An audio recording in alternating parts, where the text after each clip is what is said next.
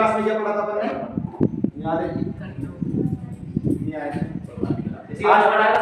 आज पढ़ते हैं वो देखो आप संविधान संशोधन की प्रक्रिया। देखो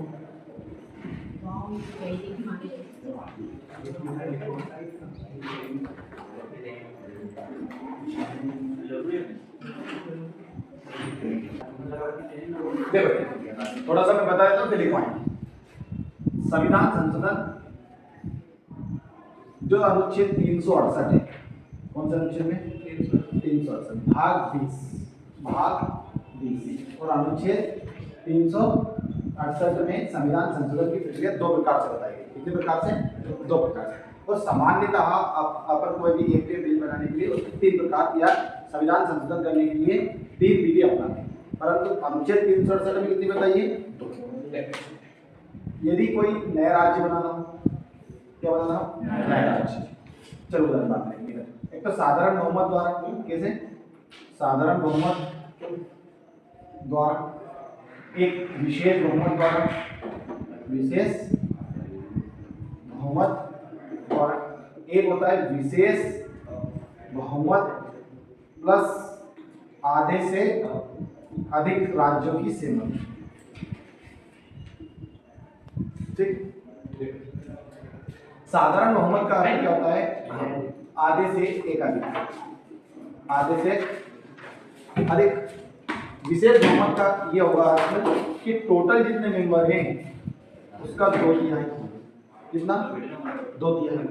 यहाँ पर विशेष का तो 2/3 तो जरूरत है ही सही, क्या 2/3 जरूरत की है सही जरूरत। लेकिन जितने राज्य हैं, जैसे 28 राज्य हैं, तो आधे से एक अधिक यानी 15 राज्यों की सहमति भी होना आवश्यक। यहाँ पर दो प्रक्रिया साथ साथ ध्यान रखना है। यहाँ पर विशेष बहुमत की जरूरत है ही सही, परंतु प्लस साधारण बहुमत की जरूरत भी होती है। अब ये चीजें समझ में नहीं आएगी, एक उदाहरण से समझता हूँ। अपनी लोकसभा में कितनी सीटें हैं? 543। 543। अपने को कोई संविधान संशोधन करना है, कौन सी विधि से? विशेष बहुमत द्वारा। विशेष बहुमत द्वारा देखें कि पहले साधारण देखें, पहले साधारण देखें। साधारण बहुमत में क्या रहेगा? जितने टोटल मेंबर है उसका आधे से एक अधिक यानी 272.5 आएंगे है ना। एक अधिक राउंड फिगर में जाएंगे 273 मेंबर का उसमें क्या होनी चाहिए? हाँ होनी चाहिए, तब वो बिल या कानून पास होगा। तो इसे कहेंगे अपन साधारण बहुमत। आधे से एक अधिक मतलब साधारण बहुमत। परंतु यदि अपन से कहें 2/3, तो 2/3 का अर्थ ये होता है, कितना होता है? इसमें 3 का भाग देंगे अपन, एक ओवर टाइम, बस कितने आए? 2 24 हो गए, 3 8 है 24, 5 एक बार चल जाएगा, पॉइंट में नहीं लेंगे, 2 बचेंगे और पॉइंट और इंटू 2 करेंगे, 2 और 18, यानी उस बिल को पास करने के लिए कितने सदस्य की जरूरत होती है? 362। ये हो गया विशेष बहुमत। क्या हो गया ये? विशेष बहुमत। अब देखो इसमें दो चीजें ध्यान देना है। इसमें जो बात लिखी हुई है, दो बातें ध्यान देना। पहली कौन सी? कि जिस विशेष बहुमत द्वारा यदि किसी बिल को पास करेंगे तो उसमें साधारण बहुमत होना तो आवश्यक है। क्या? साधारण होना तो जरूरी। यानी जिस बिल को पास कर रहा है उस दिन सदन में 273 सदस्य होना तो आवश्यक है। 273 से अधिक 72 भी रहेंगे तो उस बिल या उस कानून पर कोई चर्चा नहीं। तो इसके लिए साधारण बहुमत होना तो जरूरी। साथ ही जिस दिन उपस्थित हैं, जिस दिन उपस्थित या उन्होंने जिन्होंने जितने व्यक्तियों ने मतदान किया उसका 2/3, ये ध्यान रखना। ऐसा समझ? देखो दो चीजें एक बार ध्यान रखो, समझ नहीं आ रहा है जटिल होता है। किसी भी बिल को पास कानून या संविधान संशोधन करने की 3 प्रक्रिया है। साधारण बहुमत द्वारा यानी जितने सदस्य हैं उसके आधे से अधिक। विशेष बहुमत क्या होगा? विशेष बहुमत में 2 चीजें। उस दिन साधारण बहुमत यानी 273 सदस्य होना तो अवश्य, लेकिन हो सकता है उस दिन 300 कितने हो? 300, तो 300 का 2/3 होना भी आवश्यक है।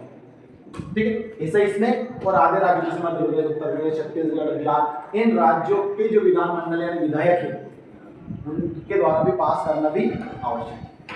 ठीक, न्याय समझ में? कोई बात नहीं, लिखो हेडिंग बनाते संविधान संशोधन की प्रक्रिया। एक बार बता देंगे ताजा।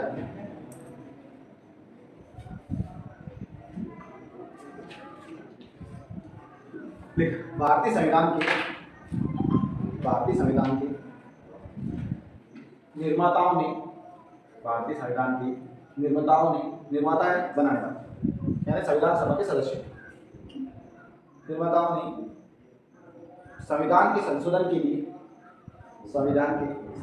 लिए एक ऐसी प्रक्रिया को अपनाया है जो ना तो ब्रिटेन की तरह सरल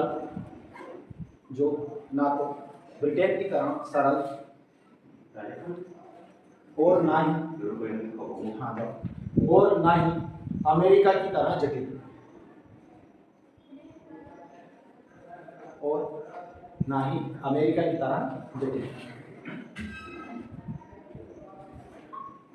और ब्रिटेन की तरह सरल, ना तो ब्रिटेन की तरह सरल और ना ही अमेरिका की तरह जटिल। तो आपने कभी जब संविधान की विशेषता पढ़ी होगी तब उसमें लिखते हैं कठोर एवं लचीला संविधान, लिखते हैं ये विशेषता, लिखते ना।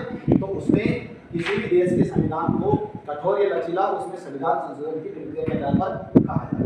भारत का देखो लचीला में यदि देखना चाहो साधारण बहुमत आधे से अधिक, ठीक है। कठोर में देखना चाहो तो विशेष बहुमत, और भी कठोर देखना चाहो तो विशेष बहुमत प्लस आधे राज्यों की सहमति भी होना चाहिए, नहीं तो वो कानून या वो संविधान संशोधन नहीं माना जाता। इनमें बाद में राष्ट्रपति के साइन होने वाली याद दिया, ठीक। देखना आगे भारतीय संविधान के भाग 20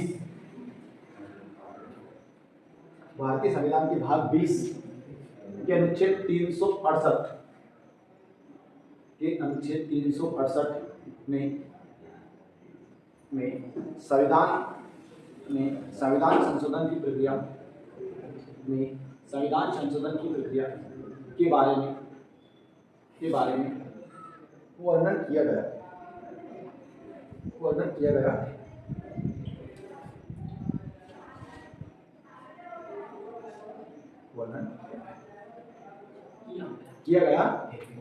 आगे लिखा अनुच्छेद 368 में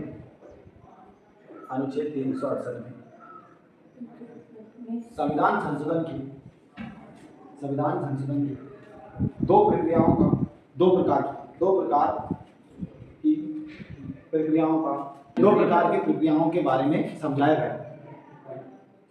दो प्रकार की प्रक्रियाओं के बारे में समझाया गया। परंतु सामान्यतः संविधान संशोधन तीन प्रकार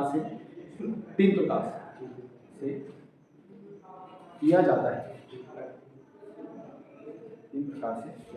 ध्यान रखना है अनुच्छेद 368 में देखिए दोनों प्रकार बताए, ठीक है। और ये अपने भाग 1 में जो वर्णित थे कौन भाग 1 में क्या है? भाग 1 में राज्यों का गठन, नए राज्यों को बनाना, राज्यों की सीमाओं में चेंज करना, ड्यूटी बनाना, नए राज्य बनाना, राज्यों की सीमाओं में परिवर्तन करना। तो उसके तहत संविधान संशोधन यानी 368 के तहत नहीं माना जाएगा, ठीक है। परंतु तीनों साधारण बहुमत द्वारा, विशेष बहुमत द्वारा, विशेष प्लस आधे राज्यों की सहमति द्वारा, पूरा लिखना है, आधे से अधिक राज्यों की सहमति द्वारा। संविधान के पहले क्या तरह है, संविधान के अनेक अनुच्छेदों में साधारण विधि निर्माण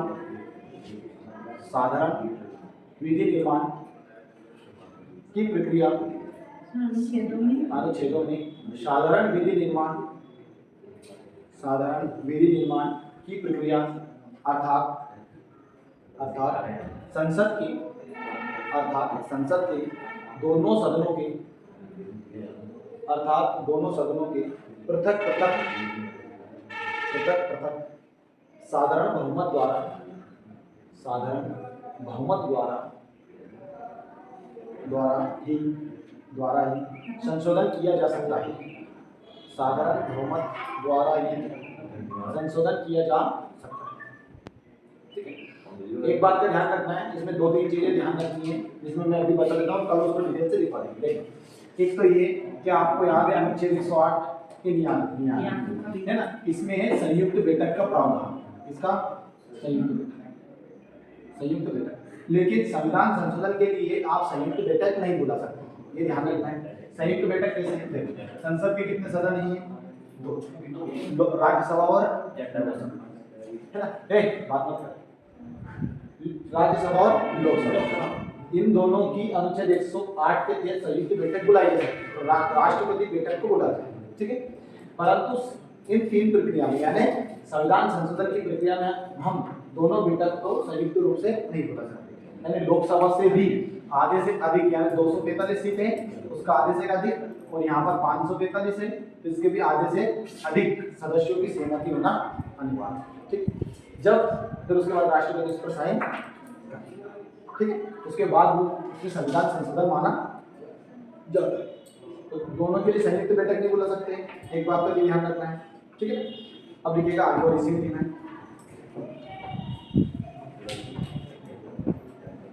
संसद के साधारण बहुमत द्वारा आगे, संसद की साधारण बहुमत द्वारा पारित होने तथा संसद के साधारण बहुमत द्वारा पारित होने तथा राष्ट्रपति की स्वीकृति मिल जाने पर किसी विधेयक द्वारा संविधान के अनुच्छेदों में परिवर्तन किया जा सकता है। किसी में देखो ध्यान ये रखना है कि साधारण बहुमत किन अनुच्छेदों में जरूरत होती है। तो देखो आप राज्य के क्षेत्र राज्य के क्षेत्र सीमा और नाम में परिवर्तन, राज्य के क्षेत्र सीमा और नाम में परिवर्तन। अगर मान लो कोई नए राज्य का गठन करेंगे, इधर सुनना है, अब कभी मान लो किसी नए राज्य का गठन कर रहे हैं,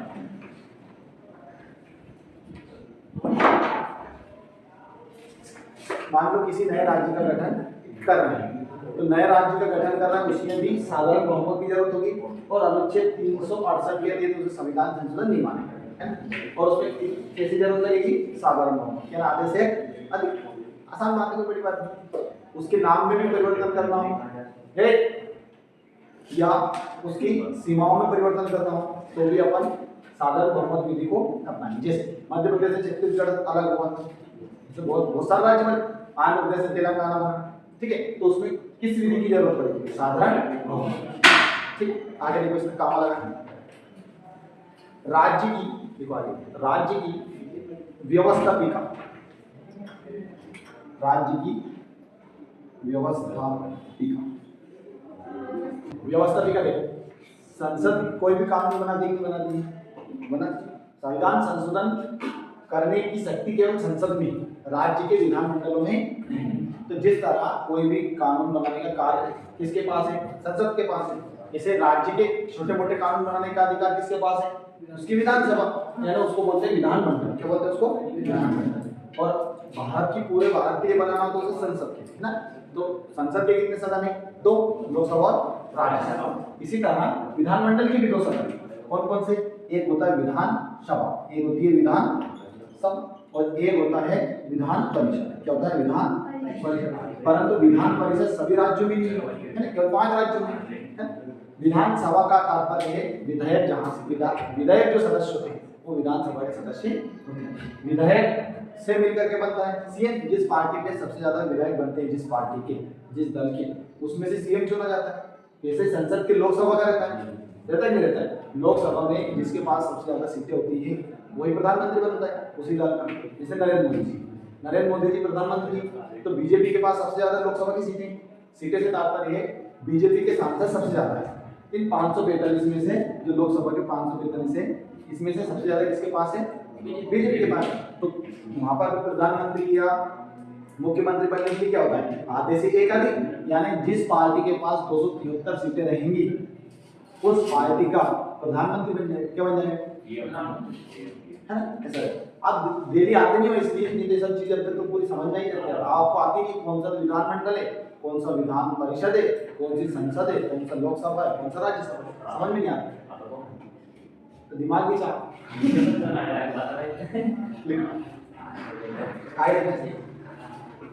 नाम में परिवर्तन लिख लिया ना, कामा लगेगा क्या लिखा उसके बाद, राज्य की व्यवस्थापिका के द्वितीय सदन का गठन, क्या लिखा आपने, राज्य की व्यवस्थापिका के द्वितीय सदन, विधानमंडल या विधानसभा, हाँ ये लिख लिया ना, ये लिख लिया आपने विधानसभा, उसके आगे लिखो ना, हाँ के द्वितीय सदन का गठन और समाप्ति, अब एक काम करना, गठन और समाप्ति लिखे, कामा लगेगा आगे लिखना, नागरिकता, कामा लगेगा नागरिकता, आगे लिखना कामा लगा, अनुसूचित जातियों और क्या लिखा आपने, नागरिकता कामा लगा लिखना, अनुसूचित जातियों और क्षेत्रों से संबंधित व्यवस्था, क्षेत्रों से संबंधित व्यवस्था इसी के अंतर्गत आती है। इधर साधारण बहुमत हो गया, अब लिखिएगा विशेष बहुमत द्वारा,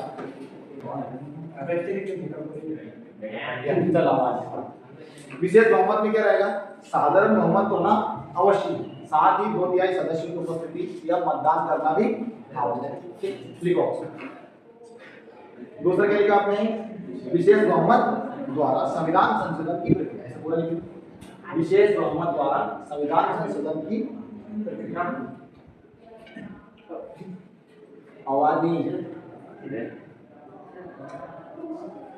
इसके अंतर्गत लिखना, संविधान के ऐसे संशोधन, संविधान के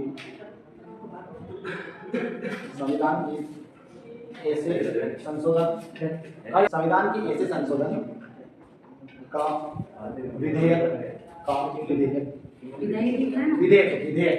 है ना, बिल, विधेयक यानी विधेयक है, संसद के किसी भी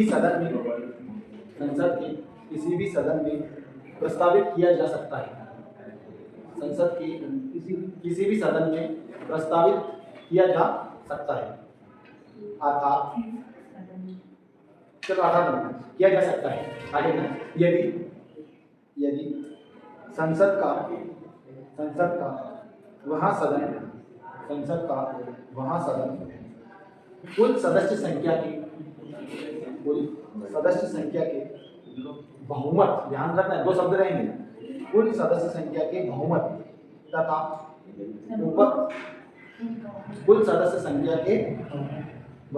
तथा उपस्थित और मतदान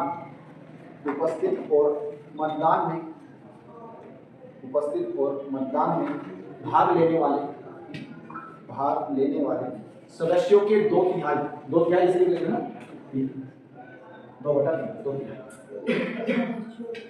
2/3 बहुमत से विधेयक पारित होना चाहिए।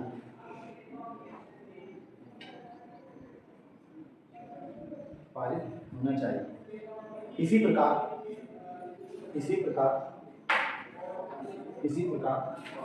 दूसरे सदन से पारित करवाया जाता है। थोड़ा सा देख लो, एक बार मैंने अभी बताया था, एक बार बता देता हूँ, आपको समझ में जाएगा।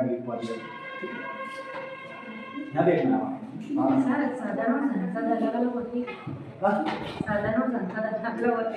इधर देखो, भारतीय संविधान का अनुच्छेद 79 क्या कहता है, संसद का वर्णन, संसद 3 चीजों से मिलकर बनी है, एक होती है लोकसभा, एक होती है राज्यसभा और एक होता है प्रेसिडेंट। क्या होता है, प्रेसिडेंट। तो ये संसद के 3 अंग है। क्या ये संसद के 3 अंग? पर यदि पूछे संसद के सदन कितने हैं, तो 2 सदन। क्या है, 2 सदन। आया समझ में? संसद के 2 सदन, लोकसभा और राज्यसभा। संसद के अंग कितने? 3, प्रेसिडेंट, लोकसभा और राज्यसभा। अब देखिए अपनी जो लोकसभा है उसमें कितनी सीटें हैं? 545। राज्यसभा कितनी है? 245। ठीक, इन पर इलेक्शन है। अब वो आगे बढ़ेंगे अपन डिटेल से, इसमें 12 सदस्यों को मनना है, ये सब आ जाएगा। अब देखिए पहली लाइन पे लिखवाई कि संसद के किसी भी सदन में पहले संविधान संशोधन की प्रक्रिया अपनाई जा सकती है।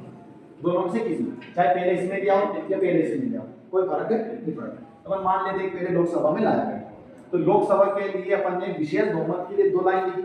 एक तो टोटल यानी कुल सदस्यों का बहुमत, तो बहुमत का अर्थ क्या होता है? आधे से अधिक, आधे से अधिक, यानी उस दिन 273 सदस्यों का उपस्थित होना अनिवार्य है। कहाँ पर? लोकसभा में। अगर राज्यसभा में करेंगे इसका आधा कर लो, 1 2 1, यानी 121 सदस्य होना अनिवार्य। 22 ले लेते राउंड फिगर, एक अधिक, यानी उस दिन राज्यसभा में जो बिल पास करवाते हैं या लाते हैं 122 सदस्य होना अनिवार्य, और राज्यसभा सॉरी लोकसभा में 273 सदस्य। आए समझ में? ये तो होगा साधारण बहुमत। देखो 545 सदस्य किसमें हैं? लोकसभा में। राज्यसभा में कितने? 243। साधारण बहुमत लिखा है, विशेष बहुमत के अंदर लिखा है कुल सदस्यों का बहुमत, और बहुमत का अर्थ अपन आप क्या समझोगे? आधे से अधिक। आधे से एक सदस्य अपन 273 उस दिन होने आवश्यक, 273 सदस्य उस दिन होना अनिवार्य। परंतु अपन उस दिन मान लेते हैं कि 400 सदस्य उपस्थित हैं। कितने सदस्य उपस्थित हैं? 400। तो ये बताइए 273 से अधिक हुए? 273 से 400 अधिक हुए नहीं, यानी साधारण बहुमत हो गया।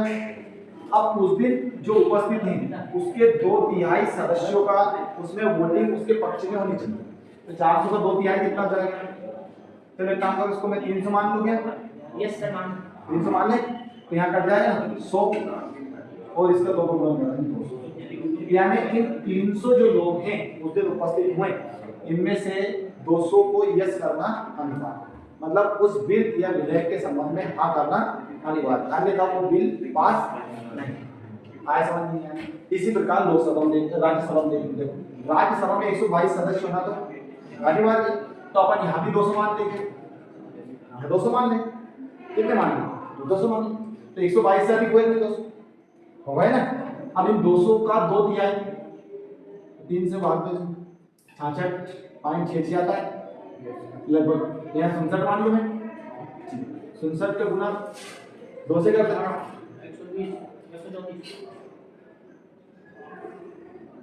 120, मतलब उस दिन 134 सदस्यों का यह होना भी, तब राज्यसभा से पारित होता है और लोकसभा से। अगर मान लो उस दिन 545 सदस्यों में से 545 ही उपस्थित थे, कितने? 545, क्या बता 273 से अधिक हो गए 545 टोटल सदस्य, तो 545 का निकालो, ठीक है। यहाँ भी मान लें, देखो ये जैसे अपन ने 200 माने ना, ये अलग अलग उपस्थित हो सकते हैं, 201 हो सकते हैं, 205 हो सकते हैं, 301 हो सकता है, 122 उपस्थित हो, ऐसा नहीं है जितने भी, परंतु 122 तो होना अनिवार्य है किसमें? राज्यसभा में, और 273 लोकसभा में। अगर इससे अगर एक भी कम है तो उस विधेयक बिल पर चर्चा, अधिकतम कितने हो सकते हैं? टोटल जितने सदस्य उतने भी हो सकते हैं, ऐसा कुछ नहीं, परंतु 273 से कम लोकसभा में होना चाहिए और 122 से कम राज्यसभा में। आया समझ में? Yes sir. तो ये होगा साधारण बहुमत। इसमें 2 चीजें दे रखी, देखो साधारण बहुमत तो अपने डिटेल से अलग ही पढ़ लिया ऊपर वाला, जिसमें आधे से अधिक, परंतु विशेष बहुमत में भी साधारण बहुमत की जरूरत होती है, यानी जितने टोटल मेंबर उसका आधे से अधिक उपस्थित होना तो अनिवार्य है, साथ ही जितने उपस्थित हैं या जिन्होंने वोटिंग की उसका 2/3 होना भी अनिवार्य। इतना है समझ में?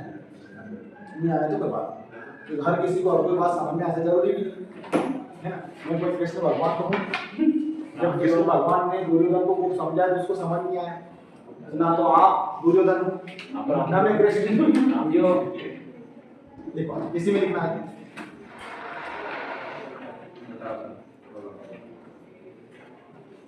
और आगे और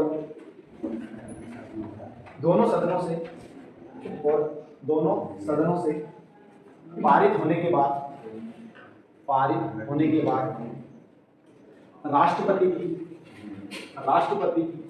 स्वीकृति के लिए राष्ट्रपति स्वीकृति के लिए भेज दिया जाता है, भेज दिया जाता है, राष्ट्रपति की स्वीकृति के लिए भेज दिया जाता है।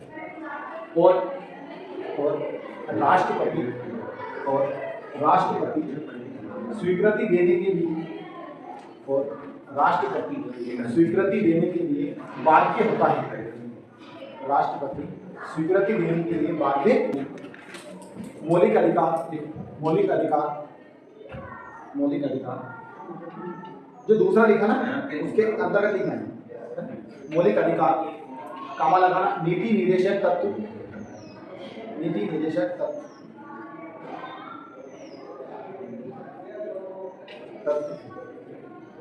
इसी प्रक्रिया के अंतर्गत आते हैं, इसी प्रक्रिया के अंतर्गत, मतलब समझ रहे।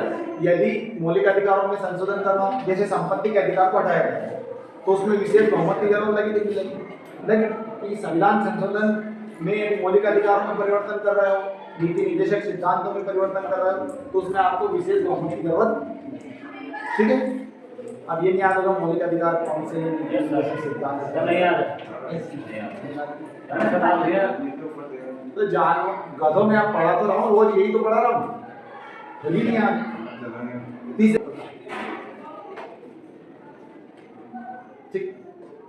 तीसरा लिखो, विशेष बहुमत, विशेष बहुमत और राज्य विधानमंडलों की, मैं बोल रहा हूँ इसे, विशेष बहुमत और राज्य विधानमंडलों के अनुमोदन, अनुमोदन या स्वीकृति, अनुमोदन से संशोधन की प्रक्रिया। एक आपने विशेष बहुमत और राज्य विधानमंडलों के, राज्य विधानमंडलों के अनुमोदन से संशोधन की प्रक्रिया। ठीक, अब इसमें कुछ नहीं है, विशेष बहुमत को तो अपना नहीं है, जैसे ये प्रक्रिया प्लस राज्यों के पास भेजेंगे, 28 राज्यों के पास, अगर 28 राज्यों में से 15 राज्यों ने हाँ कर दी, अगर आधे 14 ने भी हाँ कर दी, तो उसको फिर पास मान लिया जाएगा। ठीक, तीसरे के अंतर्गत देखो आप, देखो मैं पढ़ना बंद कर दूँ अभी। इनमें वे व्यवस्थाएं आती हैं, इनमें वे व्यवस्थाएं आती हैं जिनमें संशोधन के लिए, संशोधन के लिए संसद के विशिष्ट बहुमत, कौन था? मस्ती कर रहा है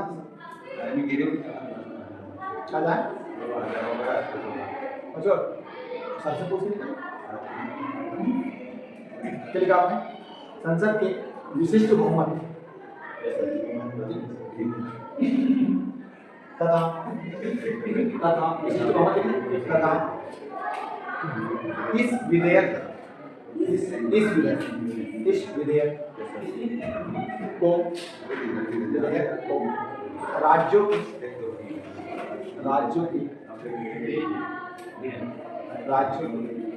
कुल विधानमंडलों में से कम से कम आधे विधानमंडलों की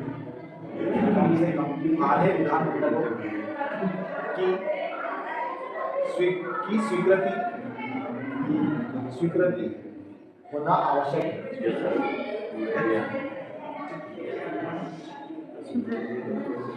अब जैसे अपन ने लिखा है तो मौलिक अधिकार साधारण के लिए, इसी तरह विशेष प्लस आधे राज्यों की सहमति के लिए कौन कौन से आएंगे? यदि राष्ट्रपति के चुनाव की प्रोसेस में कुछ चेंजेस करना हो तो फिर अपने को तीसरे नंबर वाली प्रक्रिया को अपनाना पड़ेगा। लिखना डायरेक्ट में बच्चे लिखो, चलो लिखो राष्ट्रपति का निर्वाचन,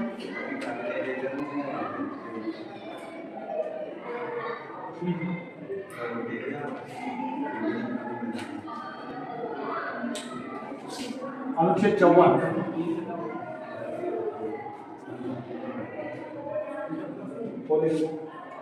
राष्ट्रपति की निर्वाचन पद्धति,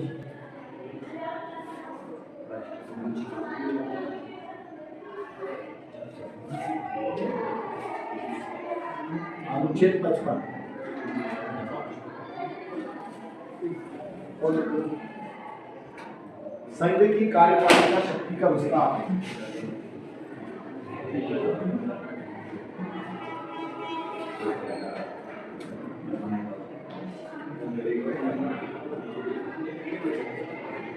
विस्तार कौन सा अनुच्छेद रहेगा? अनुच्छेद 73।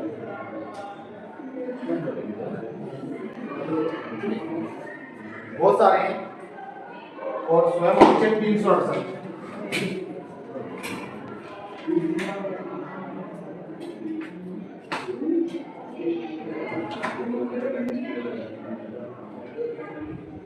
यदि अनुच्छेद 368 में भी चेंजेस करने हैं तो विशेष प्लस आधे राज्यों की सहमति होना आवश्यक है। बहुत सारे प्रावधान लिखवा देंगे आपको। हाँ, टाइम हो गया। ठीक है, तो आज के लिए इतना ही है। इसके आगे अपन कल लिखेंगे।